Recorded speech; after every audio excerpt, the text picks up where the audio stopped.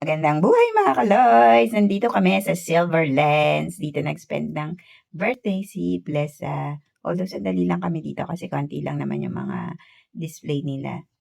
Ayan, ang kanilang exhibit. Medyo mahilig din kasi sa art si Blessa, kaya siguro dito niya naisipan na mag-spend ng time. At medyo malayo din ito sa Makati, located ang lugar na ito.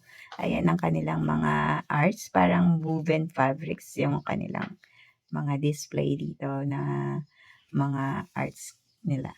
Ayan, at tapos noon pumunta kami sa MOA, doon kami kumain. Medyo mahabang lakaran din papunta sa kainan kaya sa Eat All You Can na kami kumain para talagang bonggang-bonggang sulit na sulit ang aming pagkain.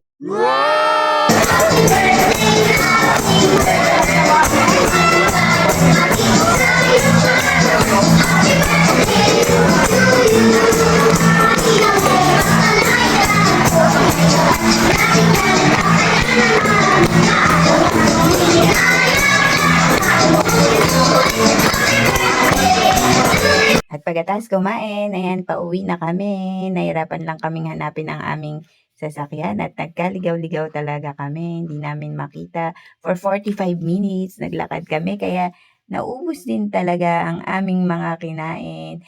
Mabuti na lang, pinin namin ang place ng 7-Eleven kung saan nakita namin na landmark nung papunta dito. Kaya nahanap namin ang aming sasakyan kung saan nakapark. Grabe, ang init-init pa naman ngayon. At dahil dyan, napakain pa ulit kami nung kinagabihan. Ayan ang aming foods. Bye!